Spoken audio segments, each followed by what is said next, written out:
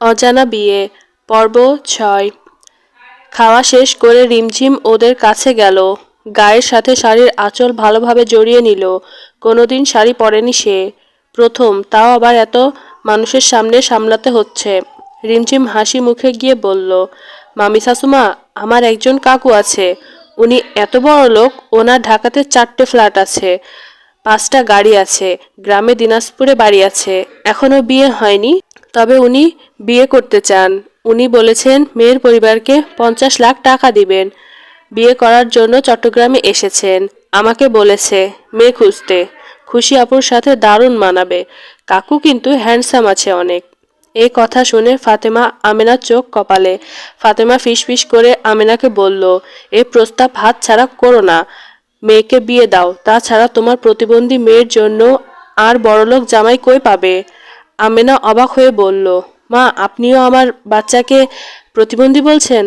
আমার নাতনি তো লাখে একটা, তবে ছেলে আয়েশার ছেলের থেকেও বড়লোক, 50 লাখ টাকা দিয়ে সারা জীবন বসে খেতে পারবে। লোভ দুইজনের মাথায় চেপে বসেছে। আমেনা বলল, দেরি করো না, এখনই ছেলেকে ডাক দাও, আজকেই বিয়ে পড়ানো হোক। আয়েশা, কাজী ডাক দাও। আয়েশা, তৃষা, আয়ান অবাক হয়ে তাকিয়ে আছে। রিমঝিম এখন বুড়ো লোকের সাথে খুশির বিয়ে দিবে। রিমঝিম উঠে গেল তার কাকুকে ফোন দিতে। সে সব আগে থেকেই সেট করে রেখেছে। আহা, টেনশন নেই, উনি কাজী নিয়েই আসবে। ফাতেমা হাসি মুখে বলল, একেবারে জামাই নিয়ে ঢাকায় ফিরব, কি বলো আয়েশা? আয়েশা মেকি হাসি দিয়ে বলল, যেমনটা বলবেন মা, আমার বৌমা ঠিক করেছে, মানে অনেক ভালো পাত্র। আরে, এত টাকা আছে তো ভালো হবে না? খুশি চেঁচিয়ে উঠে বলল, মানে কি, আমি বিয়ে করব না, আমার আয়েশ বিবির কি হবে? আমেনা মেয়েকে জোর করে টেনে চুপ করিয়ে ফিস ফিস করে বলল, পাগল নাকি? কত বড়লোক ঘরে তোর বিয়ে হচ্ছে জানিস? আজীবন বসে খেতে পারবি, 2 হাতে টাকা ওরা, মাঝে মাঝে মাকেও দিবি। বুঝতে পারছিস এত বড়লোক পাবি কোথায়? চুপচাপ বিয়ে কর, এখনো বাপের ঘাড়ে পড়ে আছিস, লজ্জা নেই? মায়ের কথায় খুশির মুখ চুপসে গেল। আয়েশা নিজের মা ভাইয়ের বউয়ের দিকে থেকে ঘৃণার দৃষ্টিতে মুখ ফিরিয়ে নিল। তারা লোভে অন্ধ হয়ে গেছে। এখন বুঝতে পারছে কেন তারা তার ছেলের পিছনে এতদিন পড়েছিল। রিমঝিম ওদের কারবার দেখে মনে মনে বলল, আমার জামাইকে বেবি মারাও, শালির ঘরে শালি, তোর মতো শালির জন্য সুগার ড্যাডি ঠিক আছে।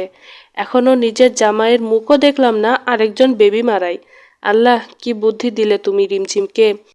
নাকে দড়ি ঝুলিয়ে অন্যের হাতে ধরিয়ে দেওয়াই ভালো, ইচ্ছে মতো ঘোরাবে, আর শুধু আমি দেখব। খুশি কোনো মতেই বিয়ে করতে চায় না। এই দিকে আমেনা ও ফাতেমা ওকে ধমকে চুপ করিয়ে রেখেছে। টাকার খুশিতে কেউ পাত্র সম্পর্কে একবারও জানার চেষ্টাও করল না। রিমঝিম পুরো ঘর পায়চারি করছে। তৃষা আয়ান খুশির তামাশা দেখছে। হঠাৎ দরজা দিয়ে 2জন লোক ঢুকলো। একজন মধ্যবয়সী, আরেকজন বয়স্ক হুজুর। কাকুকে দেখেই রিমঝিম দৌড়ে গেল সদর দরজায়। পাত্রের নাম সোহেল আহমেদ, বয়স 50, একজন নামকরা উকিল ঢাকা শহরের। বিয়ে করেছিল, বউ মারা গেছে, বাচ্চা নেই কোনো। রিমঝিম ডিটেলস বলেছে সবাইকে। ফাতেমা বেগম খুশিতে সোহেলকে পাশে বসিয়ে বলল, আহা গো, হীরের টুকরা নাচ জামাই আমার। বউ দেখো, মেয়ের জামাই পছন্দ হয়েছে? আমেনা বলল, লাখে একটা আম্মা। রিমঝিম সোহেল কাকুকে খুশির দিকে ইশারা করে বলল, এইটা তার বউ। সোহেল হা করে তাকিয়ে আছে। এত ইয়াং বউ ভাবতেই পারেনি। মেকি হাসি দিয়ে তাকিয়ে থাকে। খুশি আর চোখে দেখছে একজন মধ্যবয়সী লোক ওর দিকে তাকিয়ে আছে। পান খাওয়া ঠোঁট, দাঁতে মুখে পান লেগে আছে, চুলগুলোতে পাক ধরেছে। ঘৃণায় চোখ ফিরিয়ে নেয়। তার মা দাদি টাকার জন্য তাকে বিক্রি করে দিচ্ছে। কেন যে আজ এ বাড়িতে এলো? তৃষা আয়ান খুশির অবস্থা দেখে মুখ টিপে হাসছে।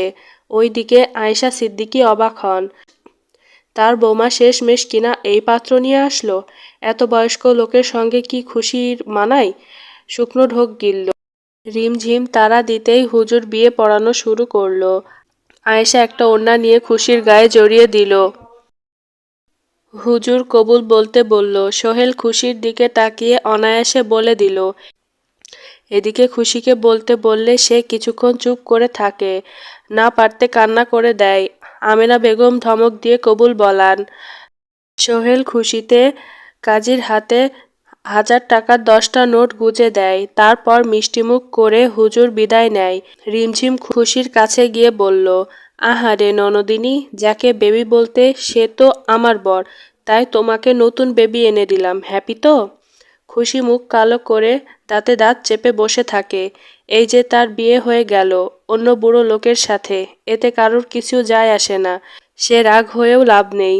ফাতেমা ও আমেনা ফিস ফিস করে কিছুক্ষণ কথা বলল, তারপর বলল, জামাই নিয়ে বাড়ি যাবে। রিমঝিম তার সোহেল কাকুর কানে কানে কী সব বুঝিয়ে দিল।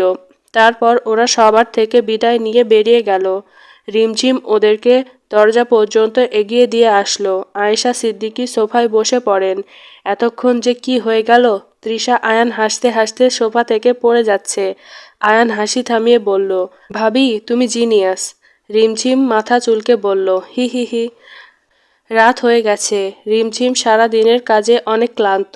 শাড়ি গহনা খুলে 3 পিস পরে বিছানায় গা এলিয়ে দিল। শুয়ে পড়তে চোখ লেগে এলো। আয়াজ অফিস থেকে বেরিয়ে গেল। অভি লিনা অবাক হয়ে কিছুক্ষণ তাকিয়ে থাকলো। তারপর লিনা বলল, ভাইয়ের পেছনে চলো। অভি বিরক্তিতে ভ্রু কুঁচকে বলল, তোমার ভাই তার অজানা বউয়ের প্রেমে পড়েছে। কিভাবে? লিনার প্রশ্নে অভি চোখ ছোট করে বলল, আমরা ছেলেরা সব বুঝি। লিনা খানিক অভিমানী স্বরে বলল, ও তাই বুঝি? তাহলে আমার ভালোবাসা বুঝলে না কেন? বুঝেছি, শুনেছি, দিন শেষে পাগলামোগুলো মেনে নিয়েছি। I love you so much বলেছি। ইউনো, সারাদিন একসাথে কাটানোর পরও এমন বলছো? হোয়াই? অভি দুহাতে নিজের বাহু ডোরে লিনাকে বন্দি করল। লিনা মুচকি হেসে অভির গালে চুমু দিল। I know, I love you too. এখন আমার ভাইয়ের পেছনে চলো। লিনা অভি আয়াজের পেছনে পেছনে বেরিয়ে গেল। আয়াজ ড্রাইভিং করে একটা পরিচিত নাইট ক্লাবের সামনে এনে দাঁড় করালো গাড়ি। গাড়ি থেকে নেমে ভেতরে গেল। অভি লিনা ও রয়েছে পেছনে পেছনে। অভি লিনাকে নিজের বাহু ডোরে আগলে রেখেছে, কেউ যাতে ছুতে না পারে। সে এইসব জায়গায় লিনাকে নিয়ে আসে না। নেহাত আজকে আয়াজের জন্য আসতে হলো। আয়াজ ভেতরে ঢুকলো। মেয়েরা তাকে দেখে পাগলের মতো কাছে আসার চেষ্টা করলো। এইখানকার লোক আয়াজকে ফুল প্রোটেকশন দিল। বারের এক্সক্লুসিভ সাইড এ সুন্দর অ্যারেঞ্জমেন্ট করা থাকে গেস্টদের জন্য। আয়াজ আজকে অনেকদিন পর ড্রিঙ্কস করতে এসেছে। লিনা বিরক্ত হয়ে বলল, ভাই তুমি বলেছিলে আর ড্রিঙ্কস করবে না, তাহলে আজকে কেন আসলে? ভয় পেয়ে আমরাও পেছন পেছন এসেছি। আয়াজ সোফায় বসে বলল, ডোন্ট ওয়ারি, অভিকে নিয়ে বাসায় ড্রপ করে নিজেও বাসায় যা। কিন্তু তুই? I can handle myself you know. কথায় অভি লিনাকে নিয়ে যাওয়ার জন্য উদ্যত হলো। লিনা বলল, কিন্তু ভাই তখনই অভি বলল, তোমার কাবিল ভাইয়ের জন্য কাবিল বডিগার্ড আছে। এখন চলো বাসায় যাই, অনেক রাত হয়েছে। বলেই অভি লিনাকে টানতে টানতে নিয়ে গেল। আয়াজ বসে নিজের মতো ড্রিঙ্কস করতে শুরু করলো। তার মন অশান্ত হয়ে উঠছে, কিছুতেই ভুলতে পারছে না। ওই ফুটেজের মুহূর্ত, রিমঝিমের বলা কথা, তার হাঁটা চলা, তার রিনিঝিনি চুরির আওয়াজ, সব তার কানে বাজছে। রিমঝিম তার সামনে বউ সেজে বসেছিল, তার নামে কবুল বলেছিল। তখন একটা বারও তার প্রতি অ্যাট্রাকশন কাজ করেনি, একবারও দেখার প্রয়োজন মনে করেনি। তার মাথায় শুধু তার টাকা আর তার বিজনেস ঘুরে বেরিয়েছে। আজ তার কবুল বলা অজানা বউয়ের জন্য মন অশান্ত হয়ে আছে। যে আয়াজ শেহজাদ, মেয়েরা অর্ধনগ্ন হয়ে আসলেও ফিরে তাকানোর প্রয়োজন মনে করত না, কারো দৃষ্টি তাকে অশান্ত করতে পারত না। আজ সেই আয়াজ শেহজাদ সামান্য শাড়ি পরা একটা মেয়ের জন্য অস্থির হয়ে আছে। বারবার ঝাপসা মুখ চোখে ভাসছে, খোলা লম্বা চুল। এত ড্রিঙ্কস করার পরও মাথা থেকে সরাতে পারছে না। বিড়বিড় করে বলে উঠল, কি এমন নেশা ড্রিঙ্কসের নেশার কাছে হার মানছে? I can't control. রিমঝিমের এক্সাম শেষ, তাই সে খুব খুশি। এখন সে হাতের কাজ করবে, পেন্টিং করবে, স্কেচ করবে, বই পড়বে, এগুলোই এখন তার কাজ। আবছা গরমে রিমঝিম বসে ড্রয়িং করছে। এমন সময় তৃষা রুমে ঢুকে। তৃষাকে আসতে দেখে রিমঝিম বলল, কি রে? উফ ভাবি, তুমি আর্ট করছো, তোমার সময় পার হচ্ছে, কিন্তু আমার একদম বোরিং লাগছে। রিমঝিম আর্টস থামিয়ে ভাবুক হয়ে বলল, তাহলে ননদিনীর মন ভালো করতে ভাবিকেই কিছু করতে হয়। কি করা যায়? রিমঝিমকে ভাবতে দেখে তৃষা এক্সাইটেড হয়ে বলল, ভাবি পড়াশোনার জন্য কোথাও ঘুরতে যাওয়া হলো না। চলো না শাড়ি পরে পদ্মবিলে যাই। এটা ভালো বলেছ। এখানে আসার পর আমরা একসাথে ঘোরার সময়ই পেলাম না। এখন তো শাড়ি পরায় এক্সপার্ট হয়ে গেছি। চলো শাড়ি পরেই বেরোই। আয়ান কোথায়? এই তো ও আছে বাসায়, ওকে বলবো। শোনো না ভাবি। বলো ননদিনী। আমার না আলতা পরে শাড়ি পরার শখ। ওই যে আগের মানুষ পরতো না, ওই যে কি স্টাইলে যেন বলে। ও, ওটা তো আমি পরতে পারি না। শাড়ি পরা তো মামুনি থেকে শিখেছি। এমন সময় রিমঝিমের রুমে আয়েশা সিদ্দিকী ঢুকে দুইজনকে ফিসফিস করতে দেখে বলল, কিরে ননদ ভাবির মধ্যে কি আলোচনা হচ্ছে শুনি? তৃষা মাকে দেখে বলল, আম্মু আমরা ঘুরতে যেতে চাচ্ছি, যেহেতু এক্সাম শেষ, বোরিং লাগছে। মেয়ের কথা শুনে আয়েশা সিদ্দিকী এসে বলল, সে তো আমিও তোদের বলতে এলাম। রিমঝিম এসেছে 1 বছর হয়ে যাচ্ছে, এখনো পর্যন্ত শুধু পড়াশোনা পরীক্ষা নিয়েই আছে। একটু ঘুরলে ফিরলে মন ভালো থাকে। আয়ান, তৃষা রিমঝিমকে নিয়ে কোথাও ঘুরে আয়। মায়ের কথায় তৃষা খুশি হয়ে বলল, শাড়ি পরে পদ্মবিলে যাব আম্মু, প্লিজ প্লিজ যেতে দাও, ভাবি সহ। আচ্ছা যা তাহলে। রিমঝিম মুখ ছোট করে বলল, কিন্তু আমি তো বাঙালি স্টাইলে শাড়ি পরতেই পারি না। আয়েশা সিদ্দিকী হেসে উত্তর দিল, আমার কাছে 2টা শাড়ি আছে, সাদা শাড়ি লাল পাড়, দুইজনকে পরিয়ে দিব, জলদি আয়। রিমঝিম আর তৃষা খুশি হয়ে যায়। রিমঝিম তো অনেক খুশি এমন একটা শাশুড়ি মা পেয়ে, কিন্তু মাঝে মাঝে ভয় হয়, আয়াত যদি ওকে ডিভোর্স দিয়ে দেয় তাহলে এই মিষ্টি পরিবার ছেড়ে ওকে চলে যেতে হবে। ভাবতেই বুকটা মোচড় দেয়। 1 বছরে ওরা অনেক আপন হয়ে গেছে, দিন ওদের ছাড়া শুরুই হয় না। দুইজন ভাই বোন পেয়েছে, একজন মা পেয়েছে যে সব সময় মাথায় তেল দিয়ে দেয়, খাইয়ে দেয়, একদম নিজের পেটের মায়ের মতন। রায়না মেয়ের সাথে মাঝে মাঝে এসে দেখা করে যান। এই তো একটা সুখী জীবন মনে হচ্ছে রিমঝিমের কাছেই। যদিও সে আয়াজের বউ, সবাই তাকে সেই হিসেবেই চেনে। 1 বছরে এই পরিচয়টা অনেক আপন করে নিয়েছে। ভাগ্যের যা লেখা ছিল তাই হয়েছে। কিন্তু আয়াজের সাথে কোনো রকম যোগাযোগ করেনি সে, আর ভবিষ্যতে করবেও না। সে দেখতে চায় ভাগ্য তাকে কোথায় এনে দাঁড় করায়। দুপুরে খাওয়া দাওয়া করার পর আয়েশা সিদ্দিকীর কাছে তৃষা ও রিমঝিম শাড়ি পরতে যায়। লাল ব্লাউজ ও লাল গোল্ডেন পাড়ের শাড়ি। এই রকম শাড়ি রিমঝিমের খুব পছন্দ। শাড়ি পরার পর কাজল, আইলাইনার, হালকা ব্লাশ লাগিয়ে রেডি হয়ে নেয়। 2 হাত ভর্তি লাল কাচের চুড়ি, কানে লম্বা টানা কানের দুল, কপালে ছোট্ট টিপ, হাতে পায়ে আলতা, ফর্সা গায়ে একদম ফুটে উঠেছে। পেছনে চুলগুলো খোলা।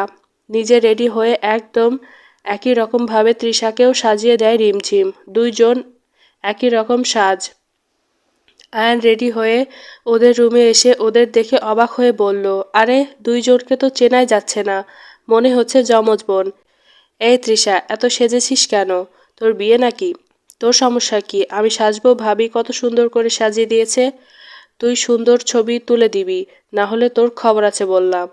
ঘুষ না দিলে ছবি তুলে দিব না। আয়নের কথায় তৃষা রাগ হয়ে নাক ফুলিয়ে বলল, দেখেছো ভাবি কি বলছে, আমি কিন্তু যাব না বললাম। আহা আয়ান, মেয়েটাকে রাগাস না, আমি ট্রিট দিব তোদের, তাও ঝগড়া করিস না।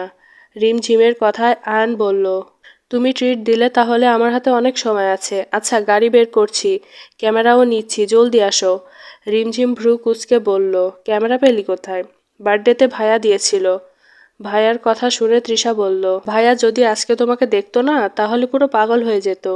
রিমঝিম তৃষার মাথায় গাঁটটা মেরে বলল, চুপ কর তো। সত্যি খুব মিষ্টি লাগছে তোমাকে, মাশাআল্লাহ, নাকে নাকফুলের কারণে পুরো বাঙালি বউ লাগছে।